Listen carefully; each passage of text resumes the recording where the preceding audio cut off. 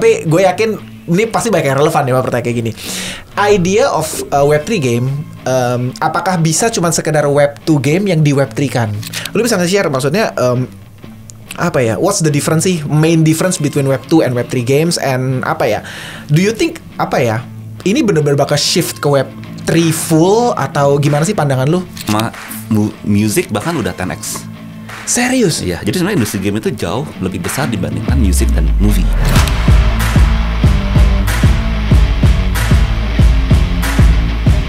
Yo guys, oke, balik lagi ke BLP season berapa nggak tahu. Tapi kali ini ya menurut gue ini episode yang sangat spesial karena gue yakin banget teman-teman penonton di sini udah pernah dengar tentang narasi gaming finance, GameFi atau play to earn or anything lu tau lah. Dengan season sebelumnya ada Axie Infinity dan so many play to earn games yang menjanjikan kalian semua bisa dapat duit hanya dengan main games ya. Too good to be true kan. Nah, tapi ini yang menarik karena teman-teman tahu lah ya, di cycle ini kan GameFi itu belum begitu performnya, masih sangat melempem, masih sangat-sangat belum rame didiscuss. But kita memasuki possibly apa ya, kalau banyak sekali memprediksi 2025 the biggest alt season ya, final wave akan tiba dan biasanya semua naratif itu bakal ikut keangkat. Dan apakah GameFi masih akan punya nafas di cycle kali ini? Gue bahas sama tamu yang super spesial. Gue believe di Indo mungkin dia yang paling kompeten untuk bahas mengenai narasi GameFi ini, yaitu Brother Arif. Halo. Apa kabar bro? Halo semuanya. Baik, apa kabar bro? Kabar baik. Lu gimana? Baik. Gila, terakhir kita ketemu di Bangkok ya. Bangkok. Kita malah ngopi di Bangkok. Di Jakarta, di Indo nggak pernah ketemu, nggak pernah ngopi. Tapi kemarin giliran di Bangkok lagi habis DevCon, kita malah ngopi bareng ya. Gue pertama kali ketemu Mas Arif ini pas launchingnya itu. Ya. Launchingnya apa? Mythic Protocol waktu itu namanya. Mythic Protocol. Iya, waktu itu di mana tuh? Di Senop. Gunawarman. Iya, ya. Di Sofia Gunawarman ya. Waktu itu pertama kali gue datang ke sana dan waktu itu pertama ketemu Mas Arif, tapi belum kenal, belum ngobrol, baru malah ngobrolnya belakangan ya. Pertama kali dari Bali ya. Terus itu kita betul. Bangkok, habis itu di sini gitu ya. Gimana bro? Sekarang kesibukan apa aja nih? Masih lumayan hektik sih sama Conviction Lab. Jadi akhirnya Mythic Protocol kita ganti nama jadi Conviction Lab. Oke. Masih lumayan hektik di Conviction Lab saat ini. Apa aja nih hektiknya, boleh share gak? Apa aja yang lagi hektik ini? Kita baru kita baru do a playtest kemarin buat gamenya. Dan so far sih resultnya bagus banget. Kita sempat nomor 1 di Steam selama beberapa hari di trending free-nya Steam. Terus itu cuma playtest doang 2 minggu. Jadi kita sekarang lagi prepare biar tahun depan kita udah moga-moga bisa launch gamenya. Dan berbagai supporting ekosistem produknya sih, especially on the Web3 side itu juga lagi disiapin. Oke. Ini bener-bener loh, kayak ini menurut gue keren banget karena Mythic Protocol ini game studio based in Bandung ya, di Bandung di Indo. Betul. Dan kayak ini bener-bener go global banget gitu. Kayak recognition-nya itu bukan cuman dari para influencers ya, tapi kayak gue ngelihat banyak CT-CT luar gitu ya di Twitter yang kayak suka bahas mengenai GameFi projects dan selalu menempatkan Riftstorm ini bener-bener di tier A atau tier S gitu, which is ini menurut gue keren banget ini proyek Indo gitu. Tapi boleh you share gak sih kayak background lu tuh awalnya gimana sih bisa sampai kayak ke industri game, terus udah gitu bisa tiba-tiba ke Web3 gitu? Dari mana? Oke, dari benar-benar personal background dulu kali ya. Jadi yes, please. Ya, saya lahir di Singaraja, Bali. Jadi itu kayak sebuah kota kampung gitu di sorry nggak kampung sih tapi small city lah. It's a small city di North Bali.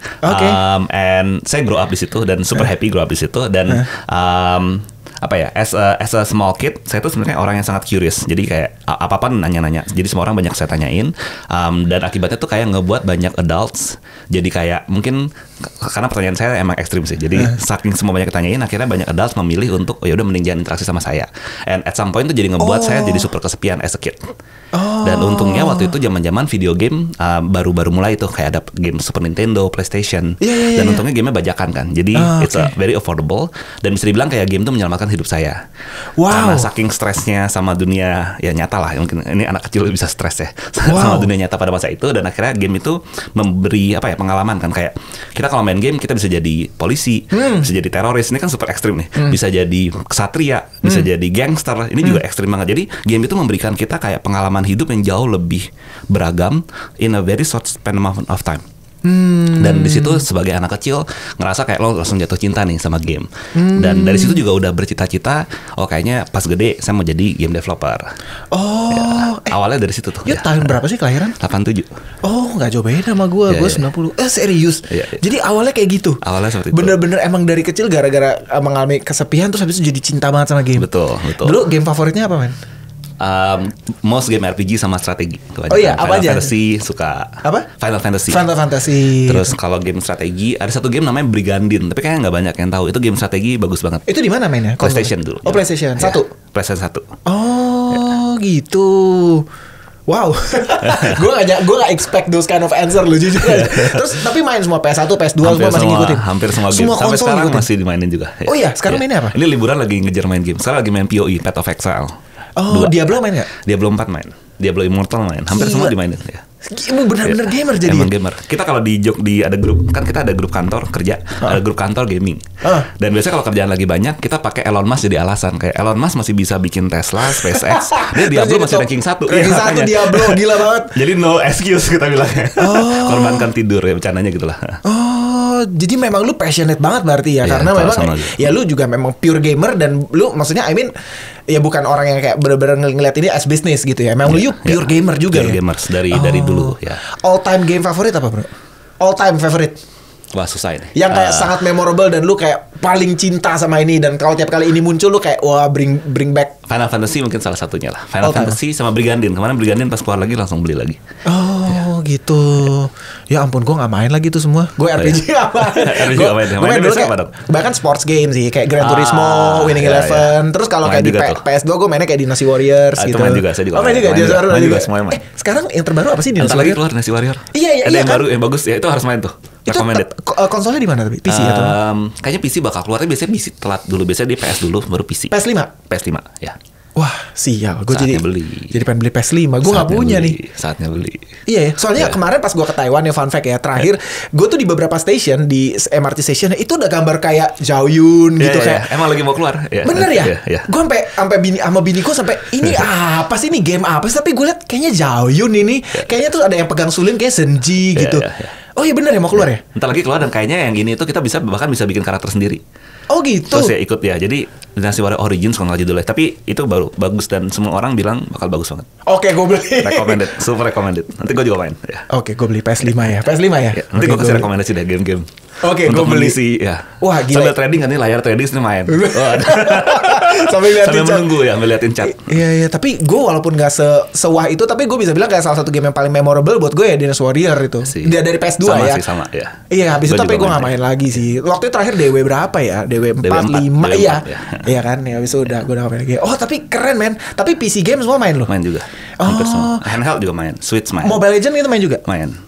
Gila. Terus pertanyaan gue gini. Gimana caranya lu tetap manage perusahaan sambil main game? Elon Musk role model.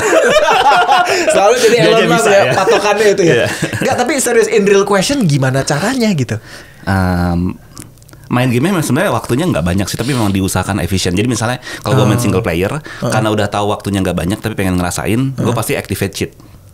Oh gitu. Karena kan yang bikin waktu kita lama misalnya mati berulang-ulang daripada pengen cepet progres. Tapi gue emang sukanya tantangan, jadi gue pilih extreme difficulty lah. Nah 1 kali nyoba, 2 kali nyoba udah gagal, langsung god mode nyalain. Jadi cepet, jadi biar ya itu salah satunya lah. Jadi emang berusaha maintain waktu lah. Soal kalau mainnya game online, ya mau nggak mau pasti apa istilahnya ya? Ya in a way pay to win lah. Oke, I see. Tapi pernah ikut sampai turnamen-turnamen gitu? Ikut dulu waktu kuliah. Ikut apa nih? Dota. Serius? Ya. Oh, ya, Dota mungkin game yang paling banyak hours ya gue kali. Oh, gue juga sih. Oh, gue juga. Oh, kita bisa main lagi. Dota banget. Dota 1, Dota 2? Dua-duanya. Oh, gue Dota 2 malah udah gak sentuh. Oh, harus sentuh. Bagus kok, bagus. Gue tuh gara-gara saking kecanduannya gue dulu sama Dota ya. Begitu dia keluar Dota 2, gue berjanji sama diri gue gak sentuh. Pasti. Gitu. Jadi kayak gue terakhir Dota 1, gue tuh sampai turnamen. Oh sama dong, di Binus. Dota 1. Di Binus gue turnamen. Tapi gue gak sampai juara 1 sih.Gue terakhir pernah paling tinggi juara 3. Jadi zaman-zaman Xien, zaman-zaman Azur, zaman-zaman sama dong ya. Iya, lu kenal semua? Beberapa kenal. Siapa? Lakuci? Bahamut gue sempat lihat dia nonton, dia main sih, tapi nggak kenal. Oh, gue malah lucunya baru beberapa minggu lalu gue ketemu orang ternyata Xien Lakuci. Tapi sekarang dia udah pensiun, main game biasa aja. Yang main Xien masih cuma si yang dulu kan. Bukan, yang ke RRQ. Oh nggak tahu gue. Aduh gue juga lupa. Ya yang paling gede kan malah si si Ritter kan yang sampai bikin warnet tuh dulu Tanjung Duren gitu ya. Gue dulu main di warnet dia. Dulu gue main game banget. Tapi Dota begitu Dota 2 gue udah nggak sentuh. Gamers banget kata lu. Gue ya begitu udah Dota 2 gue udah nggak sentuh. Gue udah kayak soalnya waktu itu dulu ya kuliah gue keganggu, kerjaan gue keganggu ya gara-gara main game terus ya dimarahin banget lah gitu. Tapi jujur sekarang karena sekarang udah lebih free, gue lagi berpikir untuk main lagi and lagi mau finding apa nih yang menarik. Si Wario. Comeback harus dengan yang most memorable kan. Bener juga. Tapi terus abis itu jadi gara-gara kayak gitu lu build your own game studio. Benar. Jadi dari situ memang mimpinya mau bikin game sendiri. Dan waktu itu pas cari tahu kan kalau mau bikin game gimana. Oh, awalnya gue bikinnya pakai RPG Maker tuh di PlayStation. Terus sampai beli memory card khusus buat bikin game. Nah, terus habis itu ya belajar ternyata harus ngerti programming. Jadi waktu dari SMA udah decide oh yaudah kayaknya mau belajar programming, mau masuk ke informatika. Emang intensnya mau bikin game. Ya. Terus akhirnya sempat beruntung sih waktu itu ikutan Olimpiade Komputer mewakili Indonesia. Wow. Jadi ya, di situ juga dapat banyak network yang orang-orang yang ngerti komputer. Habis itu masuk ITB belajar informatika dan di situ udah kayak set the path bahwa oke, pokoknya habis ini mau bikin game studio. Dan di ITB kebetulan ketemu 17 temen. Akhirnya kita bikin bareng namanya Agate. Ya, jadi dari situ perjalanannya ya udah. Jadi waktu itu kita benar-benar kayak naif banget lah. Kita cuma pengen bikin game company, pengen kerja di game industry. Di Indonesia nggak ada game company, kita bikin sendiri. Sesimpel itu sebenarnya. Awalnya modal kita cuma patungan rame-rame. Gaji pertama kita bulanan 50.000. Bootstrap semua sendiri. Gak ada duit. Serius. Dan kita lumayan beruntung dan akhirnya kita jadi the biggest gaming company di Indonesia. Tapi itu pure luck lah mostly ya.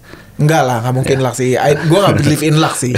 Gue believe in kayak persiapan ketemu kesempatan gitu. Sebenarnya itu sih. Translate to that ya. Iya kan, persiapan ketemu kesempatan kan kayak.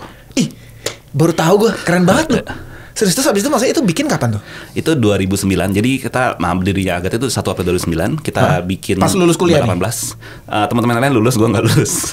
Oh gitu? Iya. Oh lu nggak tamat? Nggak tamat. Jadi cuma skripsi doang. Sisanya sudah selesai pada. I see. Iya. Jadi ya waktu itu kita mulai.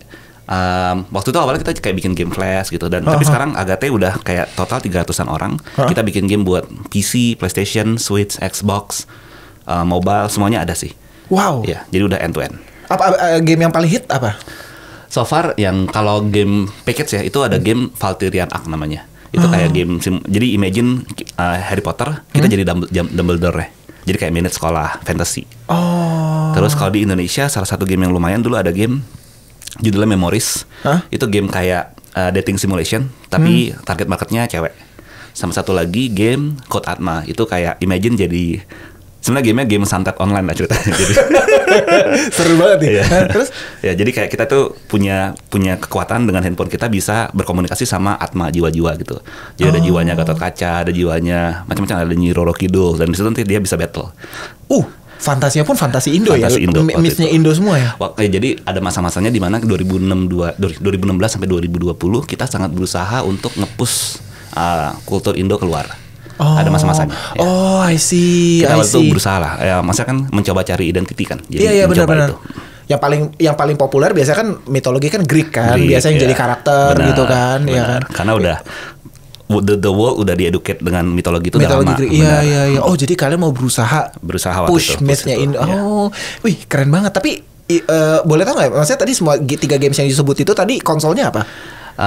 Yang pertama di PC, konsol, PlayStation, Xbox, Switch. Yang kedua tadi mobile. Ya. Jadi hampir end to end sih semuanya dibikin. Keren banget. Tapi berarti sekarang model bisnisnya kalian udah ada investment, semua udah run. Udah. Jadi bahkan kalau Agate it's a running profitable company sih harusnya. Ya. Oh iya. Iya. Udah profitable company. Harusnya EBITDA ya. Wow. Ya, harusnya nih EBITDA. Di 2024 ini profitable ya? Enggak, udah lama kok. Iya. Keren. Tapi boleh tahu nggak sih aim kalian maksudnya biggest game company sekarang ya Japan pasti ya? Apa sih? Kalau aim kita ya. Jadi sebenarnya kalau yang Trojan Horse in the past 20 tahun ini banyak game company China sih. Itu yang paling mengerikan karena banyak perusahaan game Jepang pun udah dibalap sama perusahaan game China. The biggest game company in the world is a China company. Apa tuh? Tencent. Oh wow. Tencent itu revenue $28 billion setahun. Wow. Ya, mayoritas dari game. Itu dari apa tuh? Maksudnya skins or apa gitu? Riot, LOL itu yang punya 100% Tencent. Supercell majority yang punya Tencent. Kalau gamenya Tencent yang sekarang lagi populer itu Gile. Delta Force. Itu lagi gila banget sih. Jadi dia bikin game FPS. Dan dia tuh nggak pilih satu genre FPS, semua genre ditantang. Jadi dia di game itu The Last of Us itu ada 3 mode. Ada satu mode yang nantangin Battlefield, kayak 30 banyak lawan banyak. Ada satu mode lawan COD. Ada satu mode yang lawan Extraction, game Extraction. Gila sih. Ih, gila, industri itu segiant itu sebenarnya. Segiant itu. Jadi kalau buat komparasi industri ya, jadi industri game sama industri film, sebenarnya industri game itu tebak kira-kira berapa kalinya industri film? Wow. Ini kalau suruh tebak ini biasanya gede banget nih. Ini unexpected nih. Industri game berapa kali industri film? 5x? Iya benar, ini pasti. Oh iya? Iya. Gila. Tetap ya gila banget. Kalau sama music bahkan udah 10x. Serius? Iya. Jadi sebenarnya industri game itu jauh lebih besar dibandingkan music dan movie. Cuma nggak banyak yang tahu. Even ya, di Indonesia ya, misalnya kayak the most famous music grossing itu tuh zaman kita dulu yang masih jualan piringan. Jadi zaman lagu-lagu Peter Pan, Padi itu top grossing. Kalau nggak salah lifetime revenue dia, ini di luar konser ya, karena konser itu kan event, itu sekitar 5-6 juta dolar lifetime. Lifetime penjualan album. Itu udah bagus banget pada masa itu. Dilan atau apa satu lagi yang KKN ya kemarin ya. Nah itu salah satu film paling grossing di Indonesia. Gue lupa ngitung sih, tapi kalau nggak salah itu grossingnya itu sekitar belasan juta dolar deh. Lifetime revenue. Game paling populer di Indonesia, Mobile Legends Free Fire. Kira-kira revenue dia berapa? Sebulan aja deh. Tadi udah gue kasih ya tadi. Iya. Kalau comparationnya 5x ya. Itu lifetime ya tadi ya. Lifetime ya. I don't know. 20-30 million. Kalau per tahun jauh lebih. Jadi kayak Mobile Legends gitu ya. Dia tuh sebulan aja itu 5-6 juta dolar. Indonesia only. Gila. Iya. Gila. Free Fire juga deket-deket lah. Artinya dengan segitu aja ya. Berarti kan kayak Dilan punya apa ya, lifetime revenue 2 bulan juga udah dikalahin. Gila. Dan dia udah operating udah berapa tahun tuh. Jadi memang it's a very big industry. Cuma ya nggak banyak yang mungkin aware dari kacamata kreatif industri ya. Iya ya. Padahal spendingnya paling gede di situ. Dan rata-rata orang tua itu kan ya ini gue ngomongnya me as a parent myself ya gitu. Maksudnya kan ketika anak main game atau dia mau serius di itu kan pasti kan dapat ya itu loh, ya pasti rata-rata tidak disupport gitu loh, karena kayak lu mau jadi apa main game gitu loh. Tapi kayak please open our mind gitu. Menurut lu gimana sih? Jadi ada masa-masanya anak bagus untuk berinteraksi sama game dan tergantung umur dan tergantung game. Jadi let's say di bawah 5 tahun, ideally memang game-gamenya itu kalaupun dia kan kalau di bawah 5 tahun itu masih ada perkembangan mata. Jadi nggak boleh terlalu banyak screen time. Within the screen time dia tuh punya pilihan nonton atau interaksi. Udah pasti interaksi lebih bagus daripada nonton doang. Karena nonton one way, interaksi dia ada active something kan. Dan ini sih mostly udah banyak sekarang game-game edukasi gitu tuh udah banyak. Jadi intinya ya kasih game yang membuat dia lebih nge-explore dunia. Dan lebih belajar tentang dunia. Dan makin dia bisa interact makin bagus. Tapi batasin screen time itu di bawah 5 tahun. Begitu, jadi sorry, I mean maksud lu interact itu it means kayak dia harus bisa entah ngeklik atau kayak ada questions yang dia harus jawab gitu ya. Jadi bukan cuma nonton gitu ya. Betul, karena itu penting karena dia tahu bahwa dia bisa punya impact dan dia bisa proactively change something in the world. Itu tuh jauh lebih bagus daripada orang yang terjadi sesuatu di dunia ini adalah gue nggak bisa ngapa-ngapain. Kan itu udah latih mental dari kecil kan. Ya makanya gamers tuh punya mental ada namanya urgent optimism. Ya, walaupun ada challenge yang besar banget, kayaknya gue bisa nih. Jadi gamers tuh punya mental kayak gitu. Bener sih. Iya. Dan itu tuh dilatih karena main game. Ya, ini ada riset nih, masuk TED bahkan. Iya benar sih, tapi emang benar sih. Tapi itu di bawah 5 tahun. Nanti di atas-atasnya ada banyak tuh, ada list rekomendasi game ya. Yang pasti kayak apa sih contoh yang di bawah 5 tahun tuh? Kalau di bawah 5 tahun gue nggak terlalu tahu. Banyak kan game edukasi. Tapi kalau di atas 5 tahun, cari game yang lebih banyak. Ideally gamenya single player dan memang kasih banyak experience. Yang bahaya adalah kalau dia di bawah 15 tahun dan udah terlalu banyak main game multiplayer tanpa terlalu ngerti gimana ngebatasin waktu. Karena multiplayer itu kan bisa absorb infinite amount of time, tapi yang didapat cuma pure dopamin. Karena kompetisi lah, menang lawan temen lah, ini yang bahaya. Karena akhirnya jadi kecanduan dopaminnya instead of mendapatkan sesuatu dari gamenya. Exploringnya gitu nggak dapat ya. Tapi kalau dia main single player, even main Dynasty Warrior, dia tetap at least belajar. Oh ternyata history Cina kayak gini. Oh ternyata gini loh perasaannya jadi seorang jenderal. Iya. At least dia dapat itu dan ada tamatnya, selesai. Dia bisa move ke next game. Stop ya habis itu. Sedangkan kalau multiplayer ya nggak ada tamatnya terus. Make sense benar juga. Tapi gue pernah dengar kayak katanya tuh in terms of dokter ya, surgeon gitu ya. Mereka yang ternyata gamer itu punya success rate melakukan tindakan operationnya itu lebih tinggi, itu benar nggak sih? Gue kurang tahu yang itu, tapi generally memang gamers itu punya urgent optimism. Jadi ini contoh yang super ekstrim yang kayaknya agak salah, tapi biasanya kalau di banyak di refer di riset itu jadi ini contohnya jahat banget. Jadi waktu tahun 2002 kalau nggak salah ada kasus penembakan di US. Anak SMA nembakin teman-temannya. Ini gue tolong di fact check ya, mungkin agak salah tapi ini dari ingatan gue. Jadi dia itu nembak pakai pistol revolver yang cuma ada 6 peluru. Dan dia itu nembak dan akhirnya dia bunuh diri. Jadi dia nembakin 5 orang dan dia bunuh diri. Terus setelah itu kejadian, terus di riset ternyata dia memang main Doom. Dan itu ekstrim banget main Doom sampai dia nge-mod Doom-nya sampai ke modal sekolahnya dia. Kita nggak pernah tahu dia punya motivasi untuk melakukan itu apa. Tapi yang pasti adalah rate statistik FBI untuk nembak tuh 33% hit, critical rate-nya cuma 5%-an kalau nggak salah. Dia punya statistik 100% hit rate, 60% critical.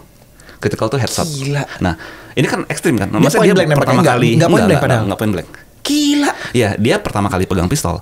Nggak tahu mungkin pegang pertama atau enggak, tapi itu statistiknya bahwa kenapa ya kok banyak yang dulu main game ternyata bisa jauh lebih capable walaupun dia belum pernah ngelakuinnya. Ini juga alasan kenapa Flight Simulator akhirnya dibikin salah simulasinya untuk versi retailnya, karena ada yang belajar nerbangin pesawat cuma dari Flight Simulator dan akhirnya pakai untuk yang 9/11 kemarin.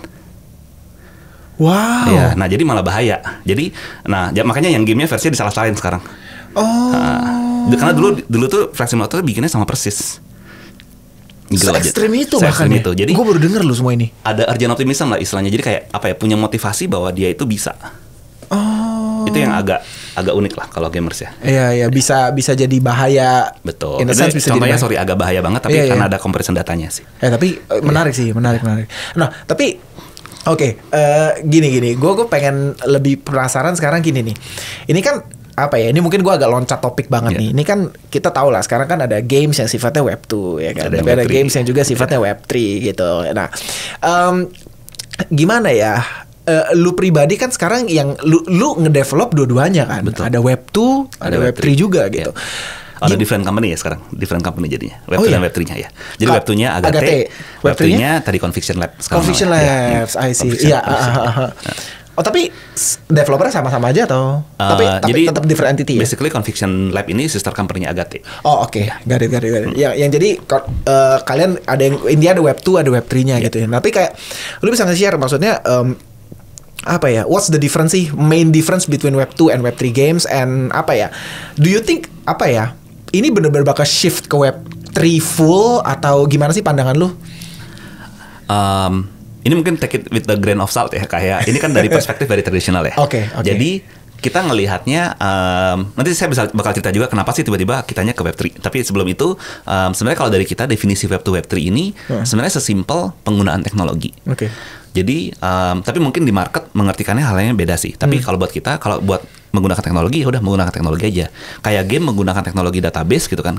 Kita nggak bilang kan, ini game MySQL database. Ini game pakai NoSQL, kan nggak pernah gitu teknologi. Atau bilang, ini gamenya pakai assembly line coding. Padahal Web 2 dan Web 3 is just a teknologi sebenarnya. Yang lebih penting adalah what kind of use case yang di-enable sama ada teknologi. Sebenarnya itu yang harus jadi poin paling penting. Masalahnya saat ini kebanyakan use case-nya di Web 3 masih terlalu menuju ke finance and over financialization. Jadi kalau finance itu ya fungsi finance lah, lending, borrowing, investment, sama over financialization yang ujung-ujungnya leading ke speculation. Ya jadi kebanyakan saat ini Web 3 game malah lebih mengarahnya ke over financialization ya, sayangnya.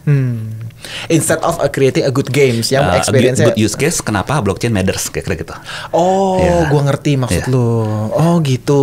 Iya. Tapi gini loh, kalau gue langsung jump into ke mungkin topik yang teman-teman gue yakin interested to hear lah ya. Maksudnya kan kita udah tahu loh di siklus sebelumnya ada Axie Infinity. Betul. Gitu ya. Yang mostly kayak gue yakin kayak narratifnya waktu itu gue ingat banget adalah lu main Axie Infinity ya sebulan lu bisa dapat penghasilan 30-40 juta per bulan gitu. Ya it was real by the way ya. Itu bener-bener real. Ada orang-orang yang merasakan seperti itu, nggak cuma di Indo, di Vietnam, di Philippines gitu ya. Dan menurut lu bisa cerita nggak sih maksudnya itu kenapa bisa kejadian kayak gitu, dan apakah menurut lu di siklus kali ini kita ya itu apakah itu masih relevan atau enggak sih? Oke, jadi ini balik lagi ini pandangan seorang rakyat orang Web 2 yang melihat fenomena itu terjadi. Jadi Axie itu keluar, sebuah game kan sebenarnya dia kayak trading card, in a way kayak trading card game lah. Dia bisa koleksi monsternya, bisa di breeding dan bisa fighting.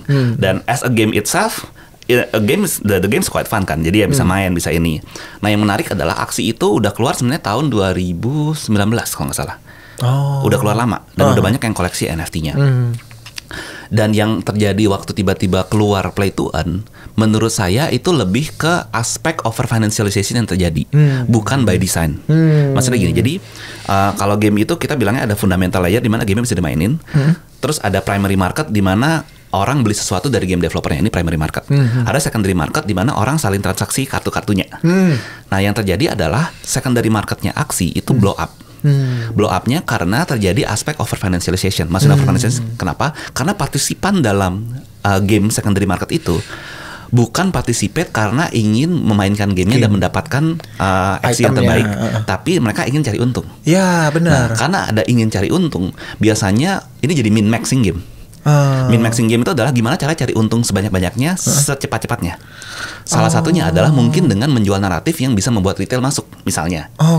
Misalnya ini baru misalnya. Ya, jadi memang terjadi tarik-tarikan di situ dan akhirnya jadi tidak sehat. Karena ada kapital gede melawan kapital baru gitulah. Jadi akhirnya jadi it's a zero sum game in a way. Makanya nggak lama ya, walaupun ada kejadian banyak yang bisa earn banyak, tapi juga akhirnya nggak sustainable model itu. Ya. Cuman ya awal-awal doang, itu cuma beberapa bulan kan sustain, habis itu udah gitu udah gitu. Dan habis itu waktu itu yang gilanya adalah gue inget banget ya, kayak orang tuh mencari what's next gitu. Jadi akhirnya tuh banyak game fight token tuh yang kayak blow up gila-gilaan banget gitu, tapi ya eventually kayak mampus semua gitu. Gitu loh. Nah, lu pribadi as lu build keduanya, lu ngerti, lu ngedalamin ini banget, tapi dulu Axie main juga? Axie nyoba juga ya? Gue dulu gak nyoba sih. Tapi lu ngeliatnya gimana? I mean, apakah narasi seperti itu akan bertahan di siklus ini, atau sebetulnya ada ya you know lah, market kan bergerak karena narasi, atau lu menurut lu prediksi bakal ada ini ada narasi baru nih yang bakal digoreng lagi nih ke market nih? Chance untuk sebuah old narration yang tidak terlalu berhasil bisa pulih lagi sebenarnya kecil ya. Dimanapun market ini. Tapi kalau kita sih believe bahwa Web3 game itu punya fundamental yang lain, yang bukan earning aspek. Ya. Apa tuh? Jadi ini saya mungkin cerita kayak kenapa sih kita masuk Web3 gitu dulu kali. Ya, boleh banget. Jadi waktu tahun 2021 itu kayak mid to end of year di Agar itu kita kan karena ngerjain B2B, kita tuh banyak dapat inquiry, banyak dapat request lah. Dan banyak requestnya itu bikin Web3 game. Banyak banget waktu itu. Dan so far semua requestnya yang menarik dan ya kita kerjain, it's a very good revenue juga buat kita. Tapi yang kita lihat banyak model ekonomi desain mereka itu memang tidak didesain untuk tidak terlalu sustainable in a way. Dan kita ngelihat sebenarnya ada opportunity di mana kita bisa manfaatin teknologi ini. Begitu kita pelajarin lebih dalam dan kita coba zoom out secara industri, kita ngelihat bahwa ada fenomena yang mungkin bisa sangat besar terjadi in the next 20 years. Jadi ini pelajaran sejarah. Saya coba karena bro juga gamer juga, coba zoom out banget ya. The first game ever created, tebak apa kira-kira? The first game ever created. Waduh, apa ya? Yang tahu. The first game ever created apa? Catur? Itu menarik. Video game, sorry. The first video game. The first video game, sorry. Apa ya? Gue pertama kali sentuh game itu tuh ini Nexia, atau nggak? Itu ya. Tuh saya juga main. Tapi itu udah keren tuh. Nexia could be the first online game di Asia. Kalau kalau video game ya kayak Nintendo, Sega gitu ya. Apa ya? Pac-Man mungkin atau Pong ya. Pernah dengar ya? Pac-Man atau Pong. Pac-Man gue pernah dengar. Pac-Man atau Pong. Nah, jadi sebenarnya ternyata video game itu awalnya di-invent sama seorang MIT student di lab fisikanya dia. Dia itu pakai osiloskop, alat buat ukur voltase, buat bikin game tenis, kayak game Pong sebenarnya. Nah, itu sebenarnya first video game. Jadi dia pakai electronic device to create a game. Nah, masalahnya ini nggak pernah populer. Kenapa nggak pernah populer? Karena nggak ada leverage-nya. Leverage-nya apa? Osiloskop mahal banget dan nggak mungkin household punya osiloskop ya kan? Sampai tiba-tiba ada sebuah, kita bilangnya driver. Drivernya ini adalah semiconductor. Semiconductor teknologi itu ngebuat bisa jadi ada personal computer, bisa jadi ada konsol. Nah, ini tahun 1970-an sampai 2000-an itu momen-momen di mana video game industry mulai muncul. Nah, ini kita bilang the first cycle. Ini yang create the whole industry. Di tahun 95-an gitu, industri game itu sebenarnya ada stagnan. Banyak layoff gitu juga kejadian. Sampai tiba-tiba ada nih teknologi muncul. Mobile sama internet. Jadi mobile itu membuat industri game tiba-tiba yang awalnya cuma berapa ratus juta bisa jadi 3 billion user. Karena semua orang sekarang punya device buat main game. Yang kedua internet. Zaman kita dulu kalau mau beli game kita harus ke toko kaset. Benar. Ya kan kayak saya di Singaraja kalau mau beli game terus ke Surabaya. Itu kayak 12 jam, jauh banget. Oke. Tapi dengan internet sekarang udah nggak perlu. Nah jadi internet soft distribution. Ini ngebuat industri game grow 5 kali lipat. Jadi gede banget. Sekarang industri game itu 200 billion per tahun. Gila. Ini baru revenue doang ya. Nah yang menarik adalah sekarang in the past 3 to 4 year industri game malah lagi susah. Layoff di mana-mana terjadi. Jadi memang kita kayak ngulang cycle sebelumnya. Walaupun cycle-nya 20 tahunan. Nah yang menarik berarti kan bentar lagi bakal ada driver teknologi yang bakal create the new cycle. Nah kita believe ada dua driver teknologi. Yang pertama tuh AI, yang kedua itu blockchain. Wow. Karena ini dua anti teknologi kan ya, tarik-tarikan kan. Nah jadi akan ada masanya di mana AI akan membuat semua orang bisa contribute bikin game atau di dalam game. Kalau dulu kalau misalnya saya dulu waktu kecil cita-cita mau bikin game sendiri, saya harus belajar coding, belajar gambar. Mungkin anak-anak kita mungkin yang 10-15 tahun lagi nggak perlu belajar itu. Udah pakai AI-nya doang dia bisa bikin game. Artinya akan ada terlalu banyak konten game in a way. Atau kita juga bisa lihat memudahkan orang untuk participate dalam game yang dia sukai in a way lah ya. Karena yang sebelumnya nggak punya capability untuk participate sekarang bisa participate. Blockchain sebenarnya adalah teknologi yang solve trust. Nah ini banyak yang nggak bahas ini. Sebenarnya gini, ketika Bitcoin diciptakan di awal, sebenarnya dia tuh apa sih? Dia itu nge-solve trust dalam finance asset. Yes, benar. Ya kan, sebenarnya yang di-solve sama teknologinya itu sebenarnya trust. Yeah. Karena dia trustless teknologi. Nah jadi kita selalu bertanya kalau gitu apa sih value trust problem di industri game? Sebenarnya kan banyak orang kalau di Web3 game itu pada bilang bahwa player itu want the true ownership gitu kan. Seolah-olah bikin narasi bahwa player tidak punya trust sama centralized sistem yang kasih ownership. Sekarang central system yang bikin ownership siapa sih? Semua platform gede lah. Mau itu Steam, mau itu Sony, mau itu Xbox, Nintendo. Masalahnya player ini semuanya fully trust mereka. Jadi there is no problem of trust. Jadi apa yang di solve nggak ada, in a way kan ya. Benar. Jadi banyak narasi-narasi Web3 game yang sebenarnya kita lihat kok kayaknya malah belum cocok ya. Iya. Ini belum ya kata-katanya belum. karena ya. Contoh misalnya kayak interoperability gitu kan. Itu juga kayak Pokemon dari zaman Game Boy juga udah ada interoperability. Jadi ya kita ngelihatnya kayaknya nggak cocok. Jadi kalau dari kita sih main tesisnya malah kita bilangnya it's about creating entertainment bareng-bareng. Makanya kita bilang pitch kita selalu collaborative entertainment. Gimana caranya justru dengan teknologi baru ini kita bisa ajak semua orang participate untuk create entertainmentnya bareng-bareng. Mungkin analogi paling gampang gini deh.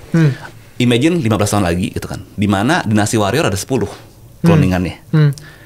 Yang mana yang bakal lo mainin? Karena semuanya sama-sama bagus. At that point, yang lebih matter adalah Dynasty Warrior mana yang gue punya upside, Dynasty Warrior mana yang gue punya ownership in a way. Jadi matter. Iya. Karena udah sekarang bukan masalah. Karena bikin game yang bagus, at some point udah jadi komoditi. Yang lebih matter adalah mana yang gue punya stake, mana yang gue punya keterlibatan. Stake itu bukan berarti gue punya saham ya, tapi punya keterlibatan. Ini tuh karakternya gue yang bikin loh. Ini tuh ceritanya gue yang bikin loh.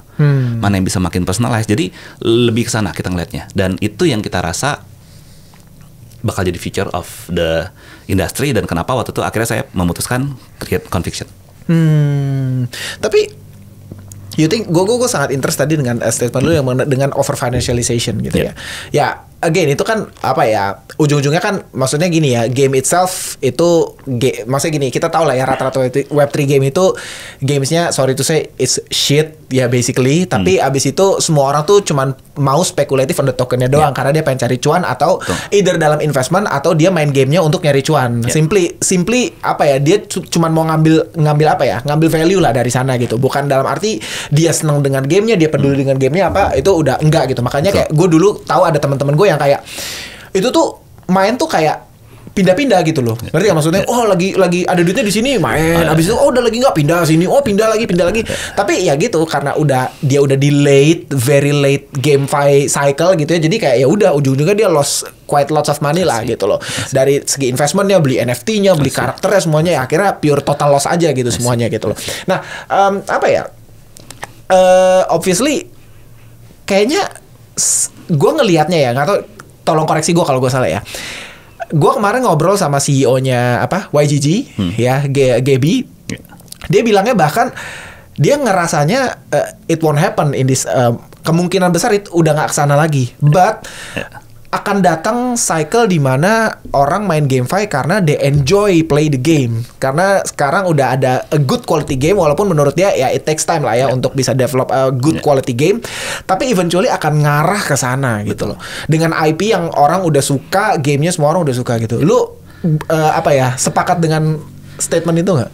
Totally agree sih. Jadi caveat dulu, Gaby itu is a good friend. Kita udah lama di game Oh industry. iya. And he also invest di tempat kita di Conviction Lab. Ya. Jadi jadi caveat disclaimer.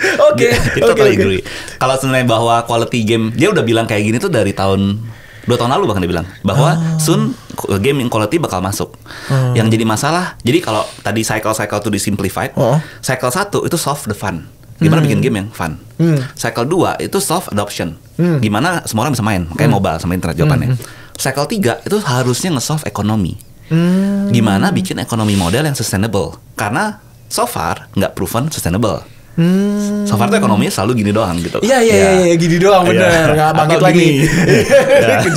Nggak bangkit lagi bener. Betul. Nah jadi pertanyaannya selalu how to solve ekonomi. Jadi memang saya sering, karena dia salah satu investor kita juga sering banget brainstorm. Ini baru banget kejadian waktu kemarin saya ketemu dia di Singapura. Kita tunjukin ekonomi model kita. Ini bukan yang nyombong, nanti dia bilang this how Web3 game supposed to be. Dia bilang economic design-nya. Karena mikirin economic design-nya memang susah banget. Kita kayak udah tinkering di economic design itu lama banget. Karena masalahnya gini, kayak most player sebenarnya nggak peduli sama earning. Most player bahkan rela bayar. Spend, iya, karena dia pengen dapat entertainment. Exactly. Karena ketika entertainmentnya diubah menjadi earning, konsepnya berubah. Ini bukan play, ini jadi work. Exactly. Iya, jadi salah. Ini next topik gue sebenarnya. Iya, benar. Iya. Terus coba dong terusin. Jadi artinya ketika kita ekonomi design, kita tuh harus melihat tiap aktor ini punya topi yang beda-beda. Bisa aja lu sebagai player Dynasty Warrior, lu beli gamenya for fun, tapi lu sebagai topi investor, lu beli sahamnya Bandai Namco Dynasty Warrior. Ya itulah gue lupa. Bandai Namco atau Capcom ya. Lu beli saham mereka. Ya, lu beli saham mereka. Nah, jadi kan lu sebagai satu orang diri, lu bisa pakai 2 topi. Sebagai gamer lu enjoy, sebagai investor lu emang liatin aspek ekonomi dan cuannya. Oke. Dan lu juga bisa trading, misalnya Dynasty Warrior keluarin patung-patung inilah special collection dia, limited edition, lu juga bisa spekulasi, bisa collection di situ, bisa spekulasi di sana. Nah, jadi desain itu harus memperhatikan tiap orang itu punya banyak topi. Dan ketika kita desainnya dengan topi-topi yang tepat, bisa mudah-mudahan bisa jadilah. Jadi kalau kita mendesainnya dengan cara itu, jadi angle-nya dibedain. Contoh misalnya gini. Pertanyaan terbesar kita, apa sih gunanya NFT atau blockchain buat gamers? Gamers yang memang cuma pengen main. Kalau so far kayak ownership tadi nggak terlalu ada gunanya, ya kan? Interoperability nggak perlu blockchain buat ngelakuin itu. Composability nggak perlu blockchain buat ngelakuin itu, ya kan? Ada satu nih konsep kita, namanya legacy. Imagine dulu lu main Nexia. Tiba lu baru main gitu kan, terus masih karakter culun nih level 10, pedangnya Iron Sword. Tiba-tiba ada event Black Dragon Raid. 20.000 player main. Terus lu iseng-iseng nih, ya udah coba yuk. Pukul, lu last hit hoki. Walaupun damage cuma 15, hoki last hit. Begitu lu last hit, your Iron Sword kena bucatan darahnya Black Dragon. Evolve jadi Black Dragon Sword. Dan this is the first sword tahun itu, karena Black Dragon cuma nongol sekali. Nah, legacy lu ke-record di swordnya. Kalau ini jadi use case blockchain, everybody respect. Karena ya it's verifiable, it's trustless. Memang ini pedang yang dipakai sama lo untuk slash this Black Dragon tahun itu. 10 tahun lagi bakal ada yang bilang, iya ini nih pedang yang dipakai sama Andreas 10 tahun yang lalu. Iya. Karena terkunci transaksinya. Betul. Tiba-tiba ada yang mau beli $10,000 ke lo. Lo ngerasa enggak, ini jauh lebih berharga dari gue. Ini apa ya, memori gue sama teman-teman gue nggak mau lu jual. $10,000 lu nggak tawarin, nggak mau jual, tiba-tiba yang tawarin $100,000. Akibatnya tercipta market. Karena apa? Karena value-nya udah bukan lagi utility value. Ada utility value, ini tuh plus 10 kalau nyerang dragon. Tapi emotional value-nya jauh lebih gede. Dan gamers ujung-ujungnya sebenarnya apa yang dia cari sih? Emotional value. Benar. Dia tuh pengen legacy dia record di gamenya. Nah sekarang imagine game nanti ya, di semua game kita legacy-nya record dan bisa kepake antar game. Nah di situ value-nya blockchain. Itu juga kan yang bikin kayak kartu Pokemon bisa semahal itu kan, semua emotional value kan. Maksudnya bukan cuma sekedar utility gitu loh. Orang kayak orang bisa rela bayar ratusan ribu, puluhan ribu US dollar cuma buat satu kartu Pokemon, iya kan? Betul. Nah itu yang banyaknya salah, karena kebanyakan akhirnya terlalu fokus ke utility atau bahkan ke short term profit. Makanya narasi yang dijual earning. Padahal yang emang harus dibangun emotional value-nya dulu. Bener sih. Karena itu hal pertama yang kayak gue awalnya quite gak apa ya. Ini gue inget banget 2021 pas gue ngerti ini semua kayak kok nggak logik gitu. Selama ini kan gue taunya kalau gue suka sama game ya gue spending dong, gitu loh. Kayak gue main Mobile Legends gue beli skinnya lah, atau gue beli membershipnya Starlight member gitu kan. Kayak gue beli itu ya in a way gue spending supaya gue menghargai kreator game itu gitu, supaya dia bisa kayak terus develop, create something new gitu, ada skin baru gitu. Iya kan? Tapi ini kok jadi dirubah seolah-olah gue mau ngerampok kalian seolah-olah, tapi ternyata yang kita rampok kan retail juga kan rata-rata kan. So menurut itu nggak akan bertahan dan nggak akan modal seperti itu akan selalu keluar dengan narasi baru. Kebetulan mungkin 3 tahun lalu game, mungkin bentar lagi something lah. Tapi kita nggak tahu. Tapi ya modal itu akan selalu terjadi karena itu modal kan istilahnya tulip ya. Kalau zaman dulu di Belanda tulip mania, dan tulip mania akan selalu terjadi. Dan menariknya retail akan selalu terjebak lah berkali-kali. Ini nggak susah ngomong lah kayak, even kayak ada very close family member bukan di kripto lah. Setiap kali ada kayak beginian, saya berkali-kali bilang tetap aja kena. Jadi in the past 20 years ya. Iya. Zaman dulu ada apalah emas lah gitu-gitu. Ingat lah ya, di Indo ya banyak kejadian lah. Ya, jadi this kind of system bakal selalu kejadian dan bakal selalu entah kenapa berhasil. Tapi ya tadi kita di Confusion Lab udah pasti nggak akan mau take part on that front. Dan kita merasa bahwa the technology have value to create a sustainable economy. Dan kita bakal proof ke semuanya. Mungkin nggak perlu, kita akan berusaha untuk membantu kejadian. Oke, coba kita bahas kalau gitu sekarang Web3 game ya. Di luar Riftstorm, lu ada main any Web3 game nggak? Di luar Riftstorm? Nyobain mostly. Nyobain. Tapi nggak in a way main gitu nggak ya? Kalau main sampai enggak sih, mesti nyobain biar tahu biasanya kayak mekaniknya, gameplaynya gimana, sama economic modelnya gimana. Oke. Ada yang menurut lu menarik gak? Kalau menurut kita sih dari awal ya, yang model yang selalu sustainable adalah model yang zero sum. Zero sum itu contohnya Wolf Game. Wolf Game itu zero sum. Jadi kalau zero sum itu adalah istilah di mana kalau ada sebuah permainan, ada 100 partisipan masuk, 100 partisipan taruh $100, duit yang keluar juga 100 kali $100. Cuma berpindah tangan aja. Ini namanya zero sum. Jadi duit masuk dan duit keluar jumlahnya sama, zero sum. Nah, di skala zero sum game udah pasti sustainable. Nah, yang bahaya dengan game-game yang yang mungkin modelnya lebih kayak kalau Bill Gates bilang ini kata Biggest Fool Theory atau modelnya kayak piramid, ini nggak zero sum. Karena early participant itu jauh lebih beneficial. Benar. This kind of game yang sebenarnya kita susah untuk tahu apakah kita early atau enggak. Dan mencari apakah kita early ini tuh kayak main lotre juga sebenarnya in a way. Karena susah ya. Jadi menurut kalau kita sih selalu biasanya lebih pelajarin yang model-model yang zero sum karena jauh lebih sustainable kayak Wolf Game gitu. Itu pasti sustainable karena zero sum. Oke. Even simple exchange is a zero sum game in a way. Ya kan ya. Ini mau kita dalemin kan? Benar. Tapi bedanya adalah pie-nya makin gede. Benar. Jadi tetap zero sum tapi pie-nya makin gede. Jadi sebenarnya jadi kalau berhasil bikin game yang zero sum ujung-ujungnya jadi exchange. Even meme semua kan ya kita tahu lah. Nah, tapi lu berarti gue mungkin bisa sebut lah ya beberapa Web3 game yang kayak lagi quite popular yang lumayan populer, lagi lumayan hit lah, kayak misalnya Pixels lah or apa tuh kemarin gue ada di spill sama Gaby, dia suka banget satu game gue sampai lupa namanya Parallel gitu. Yuk menurut lu gimana mereka akankah mereka bisa dalam arti gini bisa create a good game yang bisa di enjoy semua orang atau just speculate on the tokens?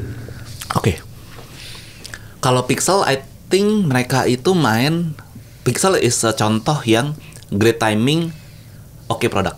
Tapi timingnya great. Pixel kalau dilihat produknya itu Nexia. Ya Nexia versi lebih awal dari Nexia in a way. Benar. Jadi tapi sebenarnya apakah 2D pixelated RPG, MMORPG itu nggak ada demand-nya? Kayaknya ada karena banyak yang mau nostalgia.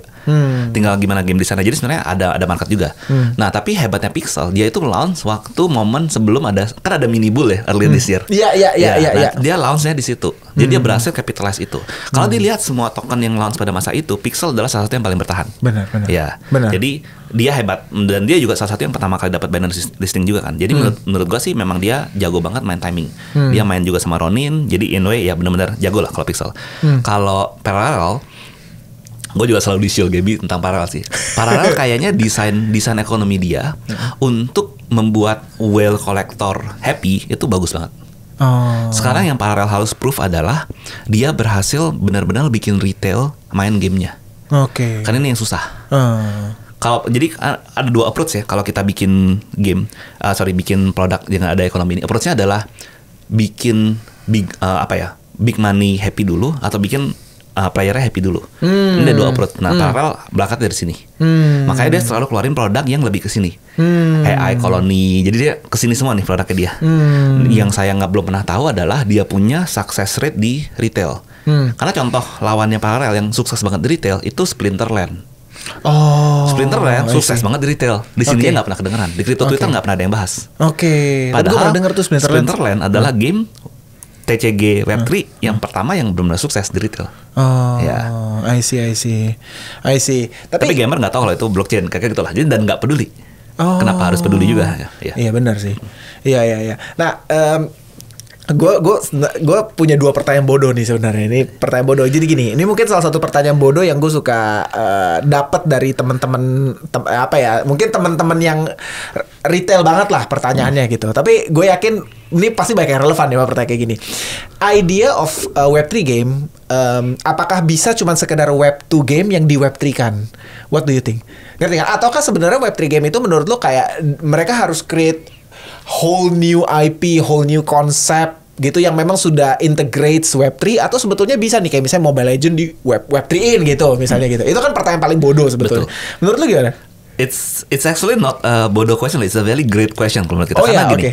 Karena the moment, contoh ya, kita sekarang bahas extraction shooter. Karena ada satu, saya nggak sebut nama lah, satu Web3 game yang, atau banyak Web3 game yang menyerang market extraction shooter. Tesisnya selalu bilang, imagine lu lagi main tembak dan lu dapat drop, dan drop ini harga $10 juta. Kan selalu gitu kan, imagine-nya itu. Nah masalahnya, untuk the current incumbent in the market, Delta Force, COD, Tarkov, implement blockchain 3 bulan paling jadi. Nah masalahnya, player itu tuh nggak termotivasi main gamenya hanya gara-gara imagine $10 juta. Player itu main karena ya fun. Gamenya secara keseluruhan harus ya fun, teman-temannya ada di situ. Jadi mismatch nih, narasi dia ke investor, ke retail investor, sama narasi dia ke player ini mismatch. Jadi sebenarnya kalau apakah Web2 bisa ke Web3 sangat mudah sebenarnya. Kalau cuma implement NFT-nya gitu kan, aset-aset di NFT sebenarnya nggak susah secara teknologi. Dan banyak banget platform untuk melakukan itu. Pertanyaannya adalah kenapa? Oke, ini ada satu. Kayaknya sih ini harusnya nggak confidential karena ini di public dan recorded. Jadi saya ngobrol sama satu CEO-nya EVE Online. EVE Online tuh game MMORPG pesawat-pesawatan yang super gede di dunia ini. Jadi dia bahkan nomor satunya game, intinya Star Atlas, terus siapapun yang baru-baru itu berusaha compete sama EVE Online. Gue tahu Star Atlas. EVE Online ini kayak the biggest-nya space punya segini lah. Gue ketemu CEO-nya Hilmar namanya. Dia duduk sebelah gue, baik banget orangnya. Ngobrol-ngobrol kita bahas Web3 game. Ya kan? Di situ ada satu teori tentang Web3 game lah, tapi sebelum ini kalau mau dibahas mungkin bisa dibahas, tapi Please. Nanti ada satu teori tentang Web3 game. Tapi abisnya kita bahasnya ini. Jadi saya tanya ke dia, saat ini banyak incumbent mungkin ngerti benefitnya Web3 game ke player. Benefitnya player punya aset ownership. Pertanyaan saya ke dia adalah, apa insentif incumbent untuk melakukan itu? Karena kalau kita jadi incumbent, itu tuh kayak revenue-nya kurang. Ya kan? Imagine kalau lu sebagai incumbent, semua player duit masuk ke lu, kenapa tiba-tiba lu kasih ownership ke dia ke player sehingga player bisa jual lagi atau player bisa renting, ya kan? Nggak ada insentif. Ya kan? Terus saya tanya, nggak ada insentifnya dong? Terus menariknya jawaban dia adalah, benar, nggak ada insentif. Dan my next question, lu as incumbent kenapa lu pindah ke Web3? Karena dia bikin Web3 company baru namanya EVE Frontier, dan dia bikin Web3 gamenya. Terus yang menarik jawaban dia, dia bilang kita memang nggak bisa dianggap company yang sama dengan yang lain, dia bilang. Because kenapa kita masuk Web3? Karena personally I just feel it's just. Jadi lebih fair, dia bilang. Interesting. Jadi emosional. Nah, saya nggak tahu lah alasan. Karena nggak mungkin dia pebisnisnya sangat jago, nggak mungkin alasannya sangat emosional ya. Mungkin itu di public forum dia bilangnya emosional alasan. Tapi ya kira-kira itu alasannya. Jadi sebenarnya kalau memang player sadar bahwa ownership terhadap barang-barang ini matters, mungkin banyak company akan terpaksa. Ini yang tadi bahasan topik pertama. Jadi gini, jadi kita bahas kayak apakah memang ownership itu semanders itu? Pertanyaannya gitu. Jadi dia kasih analogi mobil mendingan beli atau rent, rumah mendingan beli atau rent. Saat ini hampir semua game itu diarahin ke renting. Dan dia bilang bukan dia ya, tapi di forum itu bilang bahwa memang at some point gamers, karena gamers sekarang kalau dikasih tahu kayak gini lebih banyak backlash negatifnya. Ini bukan salah gamersnya, ini salah Web3 industry yang memang Web3 game industry yang waktu cycle kemarin memang banyak scamnya atau banyak model yang nggak sustain sehingga malah banyak bikin gamer rugi kan. Dan akhirnya jadi sentimen negatif banget. Tapi in general memang kita di forum itu bilang bahwa ini tuh kayak red pill kalau di The Matrix. Ketika orang sadar bahwa oh benar juga ya, ternyata sekarang library game saya yang di sebuah platform ini renting. Ada masanya kita bisa kehilangan semuanya dibanding gue beli kasetnya. I see. Ya kan? Nah, jadi dia di forum itu sih sepakatnya kayak gitu. Jadi sebenarnya at some point ya the web 2 akan sentuh web 3 anyway ketika memang demand-nya akan ke sana. Dan balik lagi it's just a teknologi. I see. So ini gue suka nih karena kita udah dari tadi bahas kalau teman-teman sadar sebenarnya banyak banget yang kita bahas itu sebetulnya kayak aspek yang sifatnya fundamental, bukan yang kayak maksudnya core principle of Web3 game. Terus bukan sekedar sebut-sebut ticker, beli ini beli itu, jual di sini jual di situ, karena ya nggak tahu ya you know lah, gue nggak more into that gitu loh. Tapi gini nih, ini gue yakin pertanyaan sejuta umat retail gitu ngerti kan? Karena we know lah, gue yakin lu juga sadar bahwa mostly crypto investors ya mereka ngeliat GameFi industry or any GameFi itu ya sebagai cuman pure gue pengen make money di sini gitu. Gue pengen spekulasi on tokennya, gue beli dia bisa naik, gimana cara naiknya nggak tahu, pokoknya penting bisa naik. Sama seperti sebelumnya mereka berharap ada the next wave gitu ya. And please dari sisi lu pribadi yang lu juga builder segala macam, tapi lu bakal plan launch your own token juga kan? Masih in drawing board lah. In drawing board lah ya. Oke. Tapi gini, coba bisa nggak kayak lu yang paling kompeten untuk ngomong gini, please, kayak bisa nggak sih kayak lu say untuk mereka kayak gimana cara berpikir yang benar, gimana cara approach yang benar untuk lu melihat sebuah GameFi token gitu. Apakah ya udah kalau lu jago speculate aja sok gitu, tapi kalau lu bukan trader yang handal, lu nggak ngerti baca naratifnya, stay away or gimana? Wah, this is the hardest question deh. Iya. Oke, mungkin caveat dulu. Jadi personally, saya trading banyak token. Tapi malah nggak pernah gaming token. Kenapa? Karena memang ini kayak personal conscience aja sih. Karena di gaming saya terlalu banyak ada insider info. Dan banyak juga kayak gaming token itu saya banyak ada masuk lah ke teman kayak bantuin. Jadi banyak itu tuh kayak investment yang dilakukan mostly motifnya relationship atau ya bukan bantu lah, support teman. Dan jadi personally sepakat untuk tidak trading. Karena kalau saya melakukan trading, motivasinya adalah selalu masuk di momen yang tepat, keluar di momen yang tepat. Benar. Selalu motivasinya itu. Artinya at some point saya harus keluar dan ngedam. Exactly. Artinya meninggalkan relationship itu in a way lah. Karena konsepnya. Jadi di gaming saya malah nggak terlalu analisis. Di token-token lain melakukan banyak analisis. Jadi nah kalau buat retail ya menganalisa gaming mungkin jadi mirip sama hampir semua token sih. Kayak gimana ya? Kayak yang pertama jangan termakan hype, karena ketika hype udah terjadi sebenarnya udah agak telat in a way. Walaupun hype yang bernama ticker hype bukan ini salah. Hyper liquid ya. Kalau itu belum hype. Itu belum hype. Sorry itu bercanda.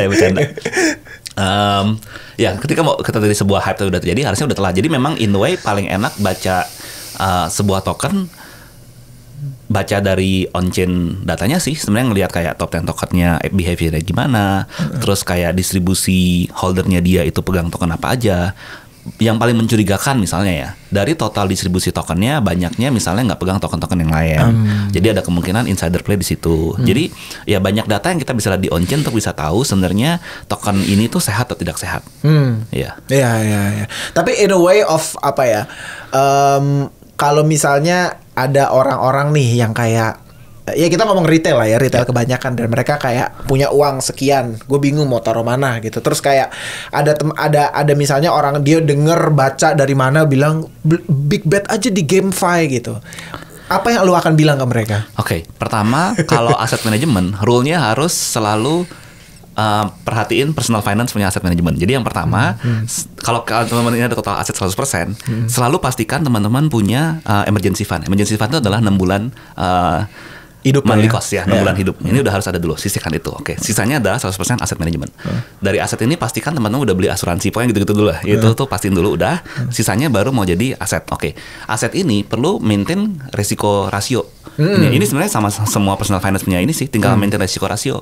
Saat ini nggak cuma GameFi punya alt ya, hampir semua alt resikonya itu jauh lebih tinggi dibandingkan alt big cap kayak caps. Sama satu lagi BTC. Ini ada 3 tier yang berbeda.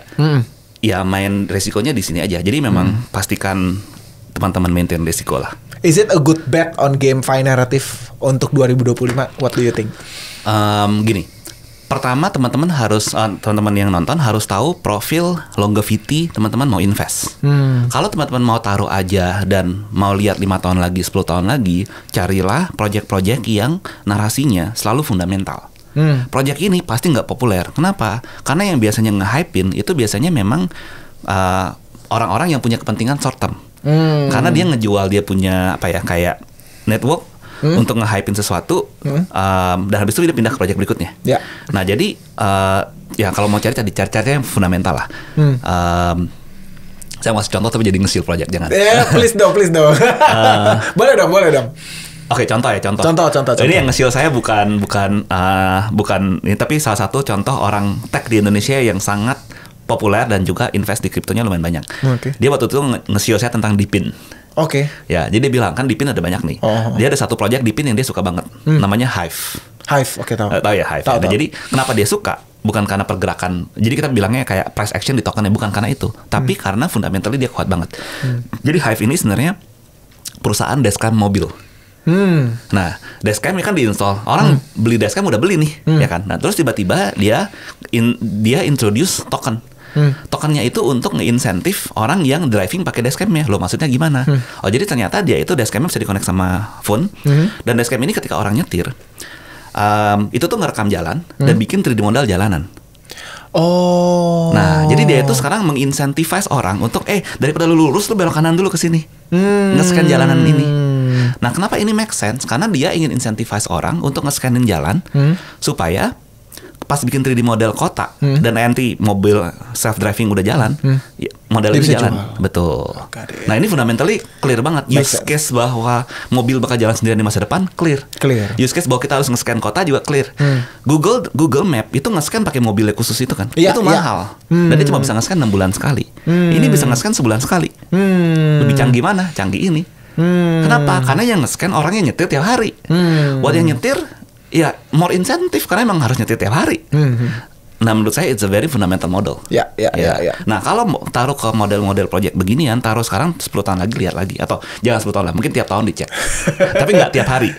Nah, kalau teman-teman modelnya kayak bulanan, mungkin bisa ngecek, tapi jangan bulanan. Soalnya mendingan sekalian long term atau sekalian short term. Kalau daily, ya memang harus ngelihat sentimen market, hype itu benar-benar daily lah. Jadi, kalau I see. Tapi again, kalau go spesifik ke GameFi, is it a good bet? What do you think on 2025? Cari GameFi yang berhasil solve the economy model. Yang pasti saya lumayan, ini personal ya. It's a personal POV, it's not a financial advice. Kalau ada misalnya ada yang project yang launch token dan cuma ngebetting di satu game aja, chance-nya kecil sebenarnya untuk token itu bisa sustain. Karena nggak make sense. Ada satu tuh game, ada tokennya bisa jadi economic backbone sebuah game itu tetap nggak make sense. Game revenue setahun mentok-mentok berapa sih? Even game-nya sukses banget gitu kan. Jadi menurut saya sangat nggak make sense naratif itu. Ini udah bahaya nih. Terus habis itu apa lagi ya? Kita makin ke jurang. Terus ya intinya cari project GameFi yang berhasil solve the economy model. Instead of cuma bilang, oh ini gamenya bagus. Cuman gamenya bagus. Karena game bagus itu minimal gitu, syarat minimal untuk survive di game industry.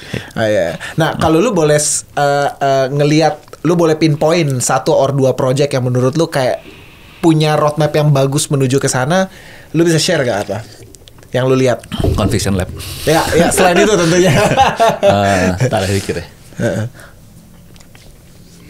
game ya. Parallel salah satu yang saya admire sih.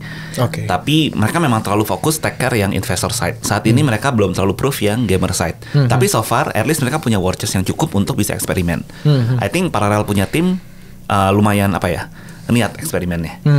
Terus Eve Frontier itu mungkin something yang teman-teman perlu look out karena timnya jago banget di belakangnya. Eve Online kan itu yang bikin the biggest space MMORPG. Sekarang bikin Web3 version of it. Itu juga teman bisa look out. Udah sih itu doang yang saya bisa pede ngomong. Apalagi ya.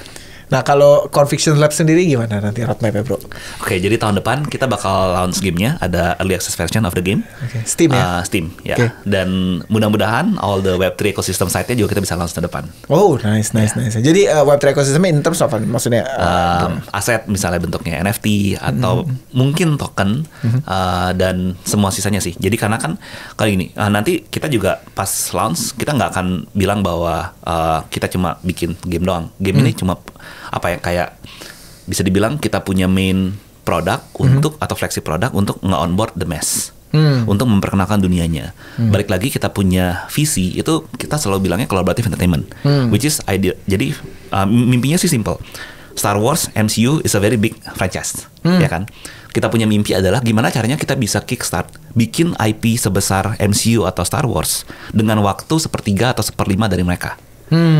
Caranya gimana? Caranya adalah mempercepat kerja bareng-barengnya. Contoh misalnya gini, ini co-founder saya selalu bilang Wolverine bisa jadi sampai film Wolverine yang kemarin dan Wolverine Deadpool itu tuh bukan kerja satu orang. Itu dia kasih list, saya juga gak lupa, dia kasih list 27 orang yang berkontribusi dari Wolverine pertama keluar sampai Wolverine jadi kayak sekarang.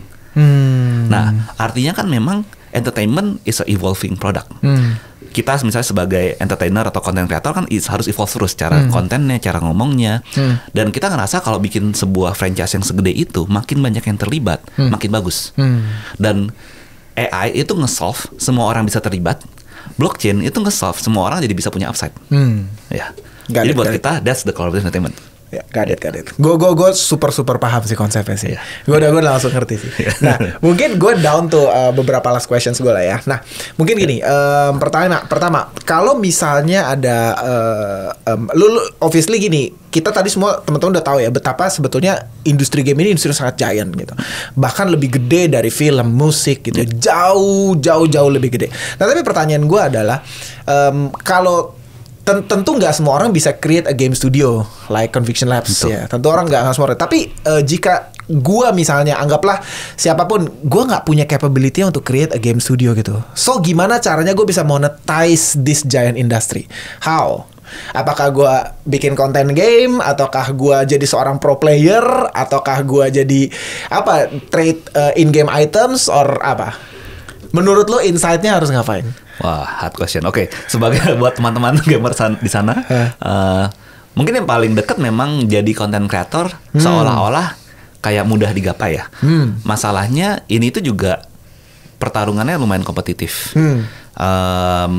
Dan masalahnya menjadi content creator itu bukan masalah sejago apa teman-teman main game, tapi semenarik apa teman-teman bisa menjual personality teman-teman. Bukan menjual doang, tapi membangun, konsisten, selalu cari narasi baru. Itu tuh challenging. Maksudnya gini, tiap bidang itu punya tantangan masing-masing. Contoh misalnya e-sport. Saya kenal dengan salah satu investor kita juga. Itu salah satu investor, dia yang punya RRQ. Kita sempat bahas bahwa kayak Lemon gitu kan. Itu banyak yang bahas. Lemon itu penghasilannya gede banget kan, sempat masuk podcastnya Deddy tuh, gede banget gitu kan. Teman-teman banyak yang pengen jadi e-sport player. Saya dulu waktu kuliah juga pengen jadi e-sport player. Masalahnya itu tuh 1/1 juta. Kalau teman-teman lihat e-sport pro player main, itu kayak tangannya udah kayak setan, lihat layarnya mereka juga udah kayak pindah-pindahnya tuh kayak satu detik tuh bisa lihat 3 layar. Dan mereka masih ingat apa yang kejadian di tiap itu. Nah itu kan udah superhuman ability tuh. Artinya untuk mencapai itu juga butuh latihan yang gila-gilaan. Jadi di tiap bidang itu selalu butuh pendalaman yang dalam lah. Kalau menurut saya ujung-ujungnya sebagai seorang gamer, kita tuh punya satu hal yang melebihi non gamer, which is urgent optimism. Dimana kita punya optimisme yang merasa kalau kalah game over tinggal ulang lagi. Udah pasti bisa menang. Karena in the end of the day bosnya pasti bisa dikalahin. Jadi that kind of optimisme yang menurut saya kita bisa manfaatkan di tiap bidang. Ya memang harus komitmen dan cari yang memang sesuai passion sih. Entry level paling gampang untuk make money dari sana ya mungkin content creator. Tapi teman-teman perlu ingat ya, yang dijual itu bukan skill lu gitu. Betul. Basically as content creator ya kan. Seberapa lu menghibur. Betul. Tahu gak sih, gue tahu ada satu kemarin gue nonton di podcastnya Deddy tuh satu kayak YouTuber gamer yang sekarang kayak punya membership tertinggi se YouTube gitu, yang kayak membershipnya kan YouTube ada membership kan, dan kayak gede banget yang namanya Dean, tau gak sih lu, yang kayak tapi emang dia kan very entertaining kan gitu. Itu seru sih. Harus jadi entertainer lah kalau jadi content creator. Ada sih. Nah, gue akan down ke ini segmen terakhir gue ya. Jadi sebenarnya segmen terakhir gue ini simple. Jadi ini bullish or bearish. Jadi gue akan sebut satu ticker ya. Lu cuma boleh jawab bullish or bearish. That's it ya. Dan gue akan lebih spesifik ke GameFi industry. Aduh. Boleh gak nih? Boleh gak nih? Tipis-tipis boleh lah. lebih seru meme kayaknya. Lu ngikutin meme banget juga. Ngikutin. Meme, AI meme ngikutin banget. Most of my back yang high risk semuanya di meme. Sumpah lu? Iya. Meme lebih seru. Oh gitu? Iya. Fatcoin lumayan. Wah, itu gila sih. Itu gila sih. Gila sih. Tapi lu masih holding sampai sekarang? Masih dong. Udah balik modal, udah. Gue masuk lumayan early. Wah, gila. Udah take profit, balik modal, besok ya udah sisanya tunggu the peak. Oke. Ya udah, sebagian kalau meme lebih oke, kalau GameFi populer aja deh. Habis itu sebagian meme lah. Oke, kalau sandbox bullish. Oke. Decentraland mana? Bearish. Axie Infinity lebih bullish ke Ron nih. Kenapa? Ron. Ronin chain-nya. Ya, got it. Make sense. Kalau Prime? Bullish. Oke. Kalau Illuvium? Wah, dia juga favorit banget. Bearish. Illuvium bearish. Okay. YGG, ya teman lu. Bullish. YGG. Baik lagi ya, non financial advice. Iya, gue nanti akan for fun. Kita for fun. Big time. Ini juga salah satu yang well anticipated kan. Gue juga kenal baik sih sama CEO-nya sih. Gue liat ekonomi modelnya sih lumayan bullish ya. Ekonomi model dia lumayan sustainable. Oke. Kalau Pixel jujur gue gak terlalu pelajarin, sembari cuma pelajarin gamenya. Tapi effort mereka untuk gue gak ngejelasin. Bullish. Short answer bullish. Kalau Alice? Udah lama sih itu. Bearish sih. Bearish ya, oke, ya udah. Kalau gitu, itu aja sih. Meme yang seru, meme ya. Oke, gue start dari yang populer dulu lah ya. Kalau mudeng, nggak pegang ya, jadi bearish aja. Sial, gue punya lagi. Kalau ini Popcat, bullish. Giga, nggak terlalu pelajarin, sorry. Kalau Giga, kalau Fartcoin, bullish banget. Kalau AI16Z tau nggak? Tahu. Bullish atau nggak? Bullish, tapi gue pegang juga, jadi itu. Serius? Iya. Pegang juga? Iya. Gila, itu udah gede banget coy. Very early dia juga lu beli. November semua masuk. Anjir. Iya. Gila, gitu itu pas lagi gue ngadip into trenches banget tuh pada launching semua, sial. Kalau apa ya? Gini deh, gue langsung tanya aja, kalau top 3 meme favorit lu apa sekarang? Kalau lu boleh sebut top 3 meme ya? Iya, meme. Gue sekarang malah banyaknya AI meme. Apa aja tuh? AI-nya on virtuals or? Ada yang on virtuals, ada yang on virtuals mungkin yang barusan lagi naik AI XBT tuh. AI XBT, lu holder juga? Iya. Terus yang lucu AI non di virtuals itu bully. Iya, itu lucu banget. At least it's a meme, meme effort yang bikin Twitternya lucu banget. Jadi kayak dia lucu lah, harus dibaca Twitternya. Benar-benar ya meme fungsinya memang buat joke doang. Jadi XBT, bully. Itu lagi apa ya? Top 3 lagi mikir. Sebenarnya biggest back gue sebenarnya honestly di Doge sih. Oh iya. Iya. Doge lu ya? Iya. Lu masih big into Doge ya? Iya. Lu yakin nggak? Kan banyak spekulasi yang bilang bahkan udah sampai di forecasting gitu ya. 2025 X akan accepting Doge. Itu spekulasi sih kalau itu. Spekulasi ya. Ya, tapi sebenarnya gini, Doge kan balik lagi it's a meme. Jadi the investment decision selalu jokes based. Honestly ya, for me it's a jokes based sama salah. Jadi mungkin mayoritas adalah pergerakan market, tapi mostly juga how the joke is standing. Ya, gimana jokesnya sustain. Betul, dan Doge populer ini lagi atau enggak? Parahnya dijadiin nama government agency kan. Iya, Department of Government Efficiency kan. Itu gila banget sih itu. Gila banget. Lu tapi beli token yang itunya enggak? Oh emang ada? Ada bro. Oh gue baru tahu tuh. Oke. Ada token Department of Government Efficiency di Ethereum. Tau nggak itu gue nyesel sih, gue fumble. Itu gue dilihat dari 3-4 juta dolar market cap. Kayak sempat 70 juta something gitu. I see. Iya. Ini malah gue baru tahu. I see. Ada. Iya. Tapi Doge ya sebenarnya biggest back lu ya.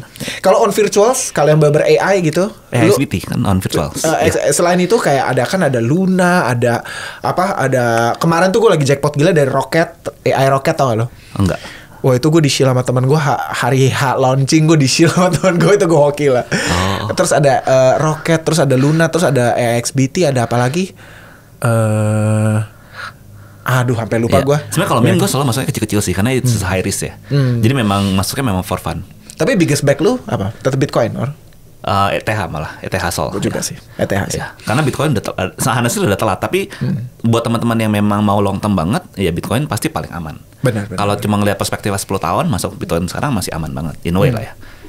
Baik lagi non financial advice. Oke, nice. Dan itu sekaligus nutup